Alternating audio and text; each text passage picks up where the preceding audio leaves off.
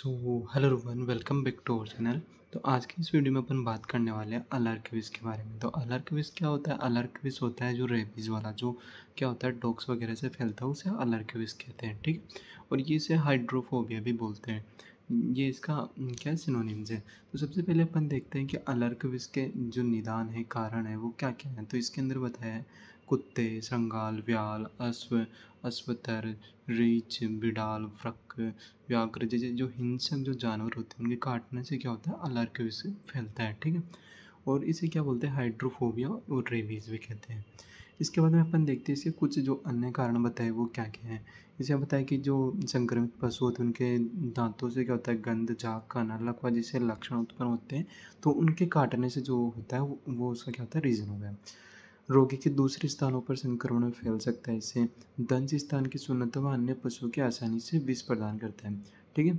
इसके बाद में आता है एक रीज़न कि कुत्ता हुआ, जैसे जो हिंसक जो पशु है उनसे क्या होता है कि उनके अंदर जब विष के कारण क्या होता है, कफ दूषित होता है, वो क्या होता है कि वायु संज्ञा व जो स्रोतस होता है उनका आश्रय ले लेता है। क्या हुआ, कफ दूषित हुआ और जो संज्ञा व स्रोतस है उनको क्या कर लेता है, आश्रय ले लेता है, और वो क्या लेता है, आवृत कर लेता है। जो कॉन्शियसनेस है वो क्या हो जाएगी, उनकी नाश हो जाएगी।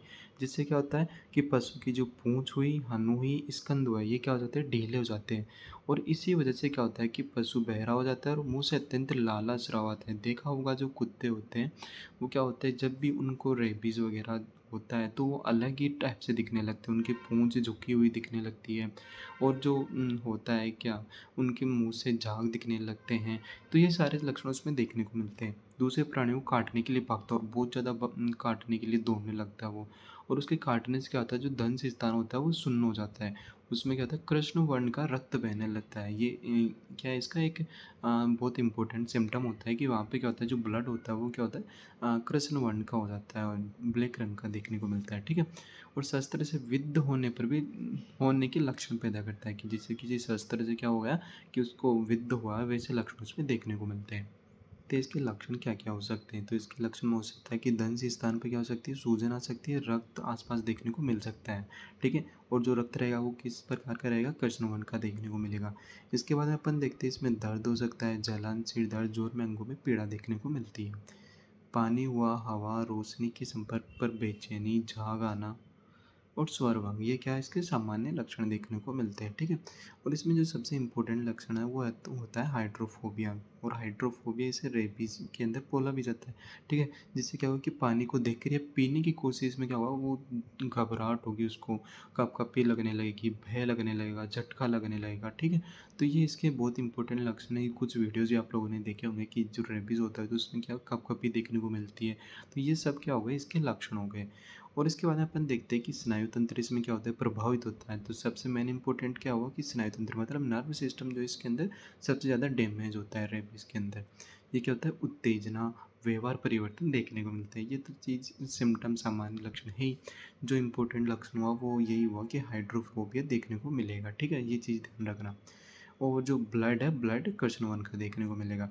इसके बाद में अपन देखते हैं असाध्य लक्षण। असाध्य लक्षण क्या हो सकता है कि अलर्क विष से क्या हो सकता है कि जो रोगी होता है पागल कुत्ते के समान चेष्टाएं करने लगता है, कि कुत्ता जैसे भग रहा है, किसी को काटने के लिए कोशिश करता है, उस टाइप के लक्षण देखने को, जैसे भौंकने के समान आवाज़ करने लगे, जल के दर्शन मात्र से डरने लगे। तो ये सब क्या हो गए, असाध्य लक्षण के अंदर आते हैं, ठीक है।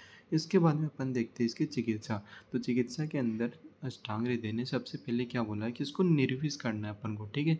अब इसमें मंत्र हवन वगैरह का बोला है, जो इतना इम्पोर्टेंट है नहीं। जो इम्पोर्टेंट है वो ये है, इसमें क्या बोला है कि क्या करना है, घड़े के अंदर रत्न बीज औषधियाँ डाले, जो क्या होनी चाहिए, जो निर्विष करने वाली, मतलब अगध टाइप की जो औषधियाँ होती है वो उनका प्रयोग करना है।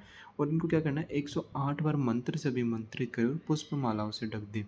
और फिर इसको क्या करना है कि गोचर्म के समान जो मोटी भूमि पर लेप करे, ठीक है। कि अपन को एक घड़े के अंदर क्या लेना है, जल लेना है, और उस जल के अंदर अपन को ये सारी औषधियाँ, जो रत्न बीज और औषधियाँ जो होती है वो डालना है। अब औषधियाँ कौन सी बताइए, कि जो निर्विष करने वाली जो अगध औषधियाँ होती है उनका अपन को यूज़ लेना है।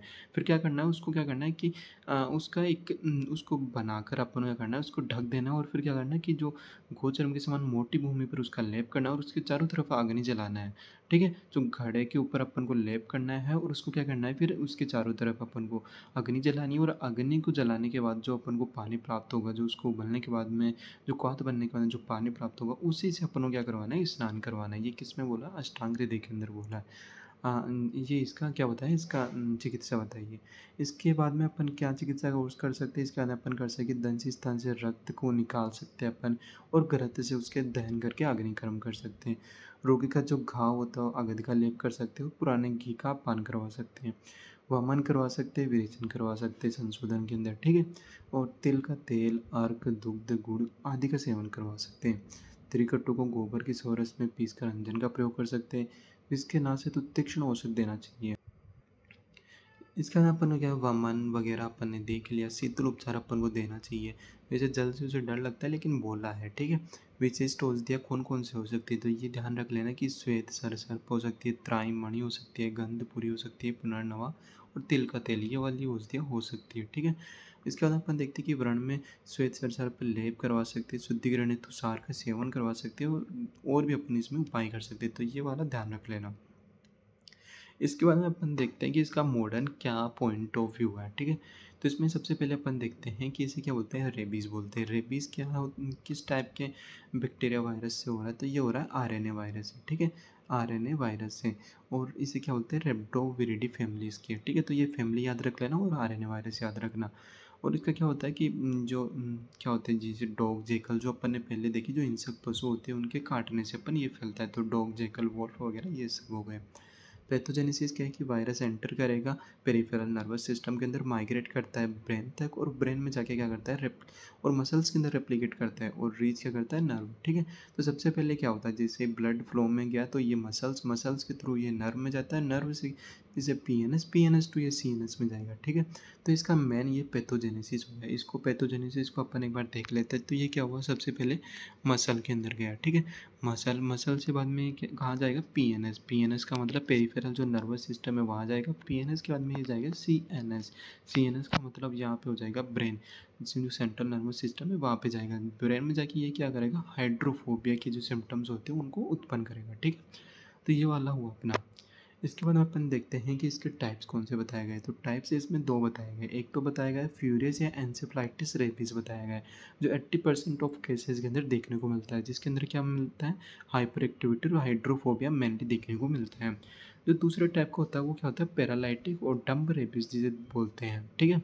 तो ये दूसरा टाइप होगा पैरालाइटिक और डम्ब रेबीज। जो क्या होता है, पैरालिसिस डोमिनेंट रहता है इसके अंदर। तो पहला कौन सा है जिसके अंदर हाइड्रोफोबिया रहता है, दूसरा कौन सा है जिसमें पैरालिसिस देखने को मिलेगा, ठीक है? तो ये दो टाइप अपने हो गए। पहला कौन सा, फ्यूरियस, दूसरा पैरालाइटिक, जिसे एन्सेफलाइटिस फ्यूरियस को बोलते हैं और पैरालाइटिक डम्ब रेबीज को बोलते हैं, ठीक है? इसके बाद अपन देखते हैं इसका इंक्यूबेशन क्या होता है।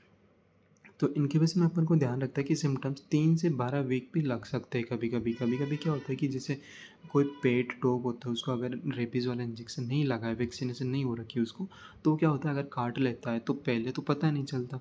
जबकि क्या होता है जैसे 2 वीक निकल गए, तीसरा वीक हो गया, 4th वीक हो गया, तो उसके बाद में क्या होता है थोड़े-थोड़े सिम्टम्स आने लगते हैं। तो उस कंडीशन में क्या होगा कि उसका इंक्यूबेशन पीरियड कितना होगा कि आफ्टर 3 टू 12 वीक हो सकता है, ठीक है? रेंज रहता है इसकी 5 दिन, 5 डेज़ टू 2 ईयर तक रह सकता है, ठीक है? तो ये इसका इंक्यूबेशन टाइम हो सकता है, इसलिए रेबीज़ वाले इंजेक्शन ले लेने चाहिए टाइम पे, ठीक है? इस और जैसे जो भी बाइट रहती है डॉग बाइट उसके अंदर, इसके अंदर अपन देखते हैं प्रोडर्मल जो सिम्टम्स क्या रहते हैं। तो इसके अंदर क्या-क्या सिम्टम्स देखने को मिल सकते हैं, फ़ीवर देखने को मिल सकती है, हेडेक, एंग्जायटी, मैलेजिया देखने को मिल सकती है, सोर थ्रोट देखने को मिल सकता है, कफ देखने को मिल सकता है, नोज़िया, वोमिटिंग देखने को मिल सकता है, पेन और डिस्कम्फर्ट एट बाइट साइड देखने को मिल सकता है। सिम्टम्स लास्ट 2 से 10 डेज़, ठीक है? 2 टू 10 डेज़ देखने को मिल सकते हैं, और इसके बाद में और भी ज़्यादा ख़राब हो सकते हैं इन कंडीशन, ठीक है? इसके बाद अपन देखते हैं कि जो एक्यूट न्यूरोलॉजिक जो पीरियड होता है उसके अंदर क्या चीज़ें देखने को मिलेगी, कि बहुत जल्दी अगर कोई डैमेज हुआ उसको या इंक्यूबेशन पीरियड बहुत कम है, तो उसके अंदर क्या चीज़ें देखने को मिल सकती है? कन्फ्यूज़ रहेगा वो, एग्रेशन रहेगा, पैरालिटिक पार्शियल पैरालिसिस देखने को मिल सकता है, मसल ट्विचिंग देखने को मिल सकती है, नेक रिजिडिटी देखने को मिल सकती है, क्योंकि ये क्या होता है सीनस की तरफ जाने लगेगा, तो इसलिए नेक रिजिडिटी देखने को मिलेगी। Difficulty in breathing, hyper salivation, hydrophobia, fear of the water देखने को मिल सकता है, हेलुसिनेशन, नाइटमेयर देखने को मिल सकता है, फोटोफोबिया देखने को मिल सकता है, परमानेंट इरेक्शन इन मेल से देखने को मिल सकता है, ठीक है। और इरेगुलर और रैपिड ब्रीथिंग टूवर्ड एंड्स, ठीक है। तो ये सारे सिम्टम्स अपन को देखने को मिलते हैं। दो टाइप के सिम्टम हो गए, एक तो प्रोड्रोमल हो गया और दूसरा एक्यूट न्यूरोलॉजिकल हो गया, न्यूरोलॉजिक पीरियड के अंदर हो गया, ठीक है। इसके बाद में कोमा और डेथ भी देखने को मिल सकता है, rapid onset of the coma, death within the hours unless और वेंटिलेटर, ठीक है। अगर वेंटिलेटर पे है तो बच सकता है, लेकिन उसके अंदर कोमा और डेथ देखने को मिल सकती है। Rare recovery at this stage रहती है। ट्रीटमेंट के लिए क्या चाहिए कि उसको क्या करना है, सबसे पहले जो बाइट हुआ है उसको सबसे पहले साबुन और क्या करना है, पानी से धो लेना है, ठीक है। 15 मिनट के भीतर जो चीज़ें अपन को फर्स्ट एड में करनी होती है। उसके बाद में क्या करना है कि जो पोस्ट एक्सपोजर रेबीज वैक्सीन है, रेबीज वैक्सीन लेनी पड़ेगी, ठीक है। और जो रेबीज वैक्सीन रहेगा उसका सीरीज होती है, जिस टाइप की कंडीशन पेशेंट को देखते हो उस टाइप से उसको वैक्सीनेशन दी जाती है। अगर किसी को ज़्यादा सीवियर सिम्टम्स देखने को मिल रहे हैं तो उसको हो सकता है कि एक दिन के अंदर 10 से 20 वैक्सीनेशन भी दे सकते हैं, ठीक है। वैक्सीनेशन जो एडमिनिस्ट्रेशन रहेगा वो ओवर 2 से 4 वीक तक रहेगा और highly effective before the symptoms start, ठीक है। सिम्टम स्टार्ट होने से पहले ये चीज़ ले लेनी चाहिए, ठीक है। तो ये वाला अपना आज ये टॉपिक भी कंप्लीट हुआ। इसके बाद में अपना जो लास्ट टॉपिक बचता है वो केटविस और एक वेक्टर बोर्न डिजीज़, तो उसके ऊपर भी अपन एक लास्ट वीडियो रहेगा वो अपन कवर कर लेंगे। तो यहाँ पे अपना चैप्टर जल्दी कवर हो जाएगा, ठीक है।